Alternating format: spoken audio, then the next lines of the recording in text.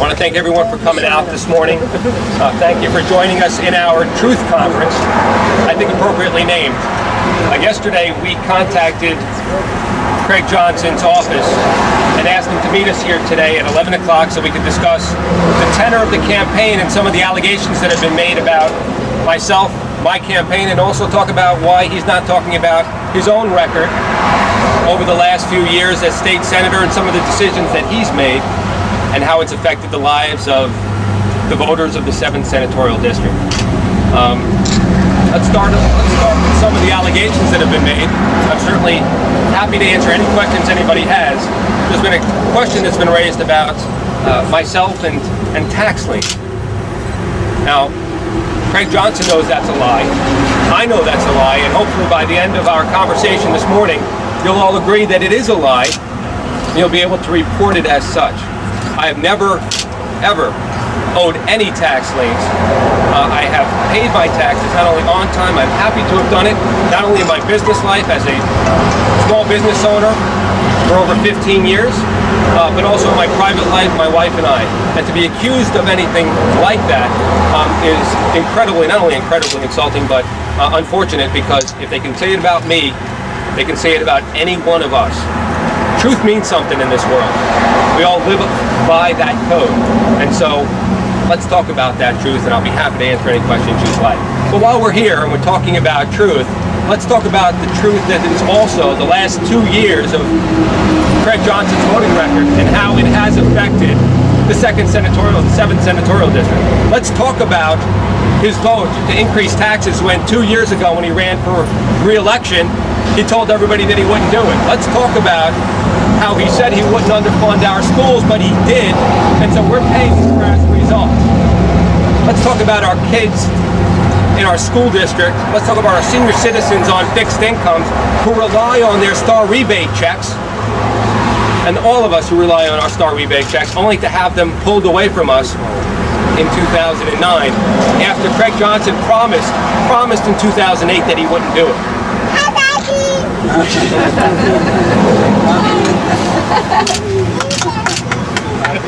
Let's talk about the MTA payroll tax in particular. Really, let's understand something. In 2009, they made a decision to impose a bailout on every business here on Long Island during a recession. At a time when we need to create jobs, they're imposing a payroll tax on us. It doesn't make any sense. But it makes even less sense when you consider what happened yesterday, when the MTA came out and announced that as part of that backroom deal, and Craig Johnson was part of that backroom deal, not only did they agree to a bailout, but they agreed that they would allow for fare increases, not only this year, we saw that yesterday, but we also are going to have a fare increase 2 years from now. It's unconscionable. If a company were to run itself like the MTA, we would require it either to close down or require some efficiencies. There are no efficiencies. All we keep doing is throwing more and more money into this black hole, and we're paying the price. I'll leave you with this and I'll take questions. The average homeowner on Long Island today pays over that's $5,400 more today than they did 2 years ago. In the worst recession that we've had in 80 years, thanks to Craig Johnson's vote, we're paying $5,400 per house more today than we were 2 years ago. And he's got to account for that. He's got to come out here and explain why he voted yes on the MTA payroll tax, why he voted yes to revoke our star rebate checks, why he voted yes to underfund our schools, and why he allowed this fare increase at the same time that those people up in Port Washington, Great Neck, and Manhasset have seen their service to their MTA or the Long Island Railroad stations cut in half. He's got to come out and he's got to start talking about his record. If he wants and he hopes that people are going to vote for him during this election, he should have to account for why he let us down over these last 2 years.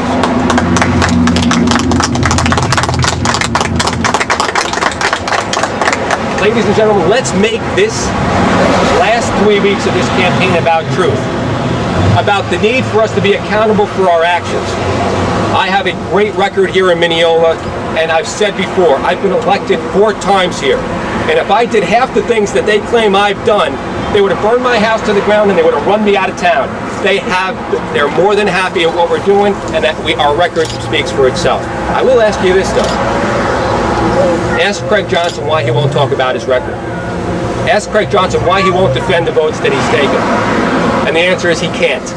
And he's more afraid of that than anything else. I'll answer any questions you'd like. Who'd like to start? Ladies first. Okay. Any changes at the top of your list, Malcolm, that you would take on? At the top of the list? Yeah. Cut spending, create jobs, give incentives to small businesses to get this economy going again, put people back to work. Those are the things we need to stress. The idea of bailing out failing authorities time and again on the backs of our homeowners, on the back of our businesses, is unconscionable. And on the backs of our commuters, when they're just trying to struggle day in and day out to get to and from work with these fare increases, I hope you ask Craig Johnson that same question in reverse. Ask him why he allowed it to happen. Yes.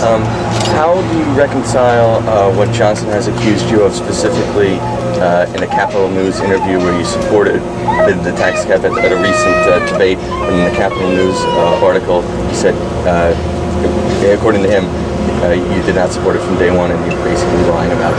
Well, that's interesting. I was at the interview along with the reporter, so the only two of us who were there are myself and her. And as far as I'm aware, unless Craig Johnson was somehow hiding under the table, he wasn't present. For him to say that we lied is unfortunate. Again, not only have I been in favor of a property tax cap, I've been in favor of a property spending cap, and I think a property spending cap is essential to any property tax cap because you can't allow local governments, or state government for that matter, to borrow their way and kick this debt down the road. Let's talk about one thing for a second. What do you say about a person who votes and advocates for a property tax cap at the same time that they've increased spending over the last 2 years by $14 billion and 14%? They didn't impose that same self-discipline on themselves, yet they want to enact legislation that's going to impose it on everyone else. I will tell you this though, if you look at my record at Mineola, and you go back over the last 8 years that I've been mayor, Craig Johnson has accused me of raising taxes 31% here in Mineola. And you know what? If you take that 31% and you divide it by 8, it's less than that 4% cap that he just voted for each and every year. We've also paid down $33 million in debt. It's now down to $20 million. We've had a stable tax base, on-time budgets, stable budgets. We've had surpluses each year. We're running this village in a way that the state could only hope to run theirs. And at a time when every level of government is struggling to make ends meet, Mineola stands as an example of a municipality that is working tremendously hard. So, not only hard, making it work. And I would ask you just to do one thing. Ask the businesses in my village, ask the homeowners and the residents and taxpayers in my village how good we're doing. And they'll tell you resoundingly we're doing a great job. Good. Folks, anyone else? I'll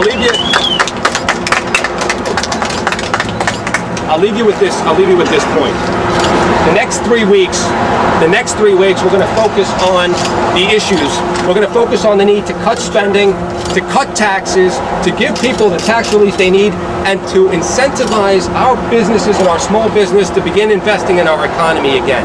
We need to create jobs in this state, and we need to move this economy forward. So with your help, all of your help, thank you very much for coming out. We have numbers of residents from my village, a number of our business owners from my village.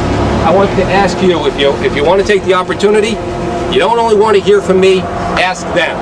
They're the greatest testament as to why I need to be in Albany to make a difference up there and turn this state around the same way we turn this village around. Thank you very much, and if there are no other questions, I thank you for coming out today. Thank you. Call them out.